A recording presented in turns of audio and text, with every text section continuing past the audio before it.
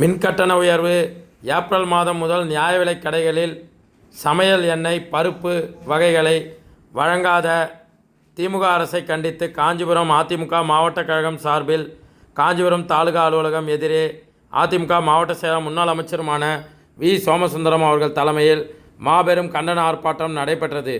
இந்த ஆர்ப்பாட்டத்தில் கழக அமைப்பு செயலாளர்கள் வாலாஜாபாத் பா. கணேசன், மைதிலி திருநாவுக்கரசு, முன்னாள் சட்டமன்ற உறுப்பினரும் குன்றத்தூர் ஒன்றிய செயலாளருமான மானந்தபுரம் கே. பழனி, அனைத்துலக எம்ஜிஆர் மன்ற இணை செயலாளர் காஞ்சி பன்னீர்செல்வம், அதிமுக கழக எம்ஜிஆர் இளைஞரணி இணை செயலாளர் SSR சத்யா, அதிமுக கழக பாசறை துணை செயலாளர் இருங்காட்டுக்கோட்டை சிவகுமார், அதிமுக கழக சிறுபான்மை பிரிவு துணை செயலாளர் இம்தியாஸ்,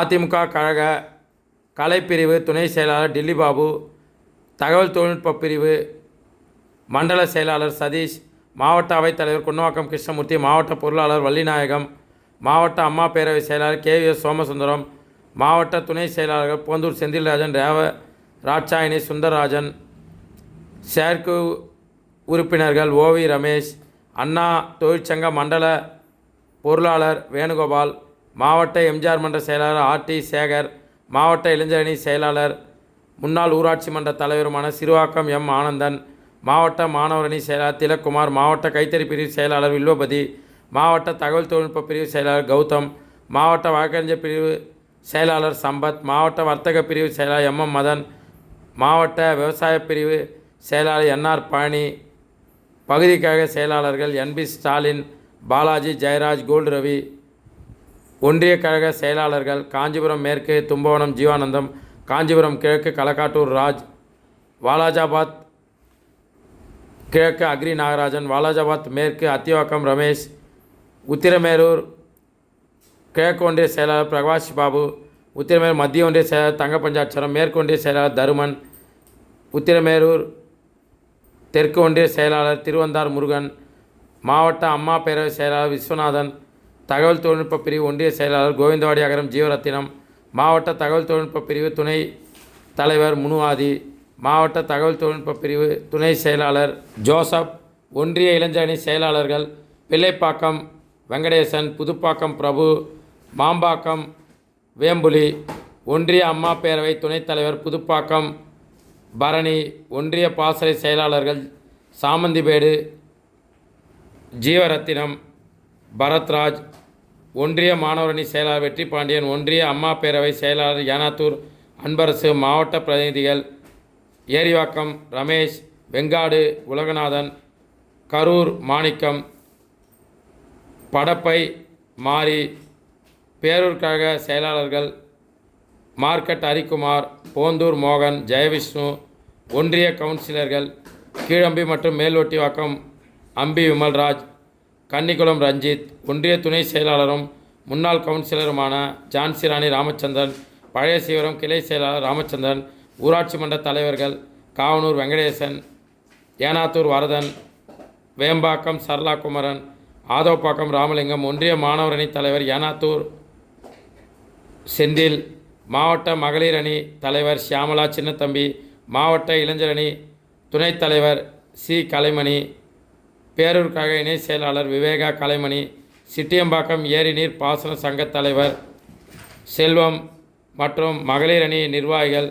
அதிமுகவினர் ஏராளமானோர் பங்கேற்றனர். வேலைக்கு 100 நாள் வேலையில சேர்க்க மாட்டோம், பணிதள பொறுப்பாளர் சொல்லி நீங்க எல்லாரையும் வெளியே அனுப்புறோம்னு சொல்லி மக்களை பயமுறுத்தி இந்த தேர்தலை வெற்றி பெற்றிருக்காங்க.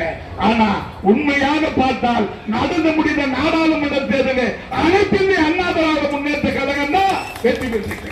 எப்படி என்று சொன்னால் கடந்த முறை நாடாளுமன்ற தேர்தலை விட நாம் இந்த முறை அதிகமான வாக்குகளை 22.9% வாக்குகளை பெற்று இன்னைக்கு நம்ம தமிழ்நாட்டில் அதிமுக தனி கட்சி பெரிய கட்சி என்பதை நாம் நிரூபித்திருக்கிறோம்.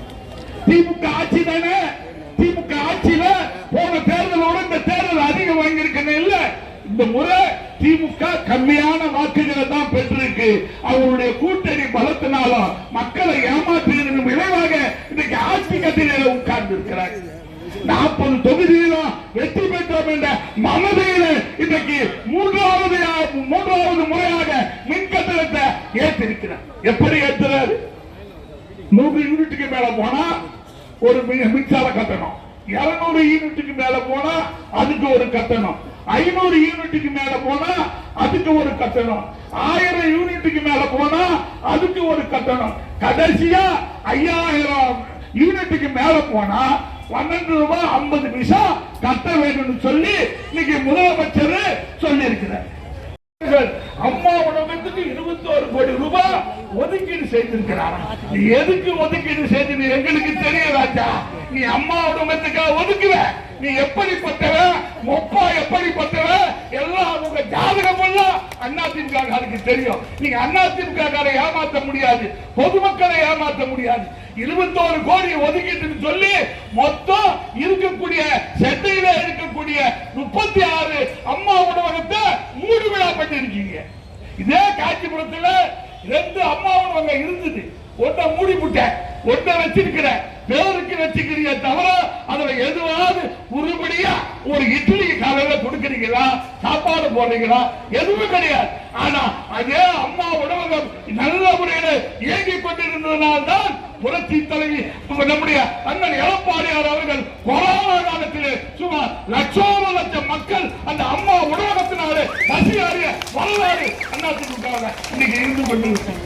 நீங்க வந்து மக்களை ஏமாற்றுவதற்காக நீங்க வந்து இந்த நெல்லு பிடிக்கிறாங்க பாருங்க, அதுல ஒரு கோலை குத்து மின்சார தர வக்கில்லை, விவசாயிகளுக்கு விலை இல்ல, மும்முறை மின்சாரம் தர வக்கில்லை, உயர்த்தியாச்சு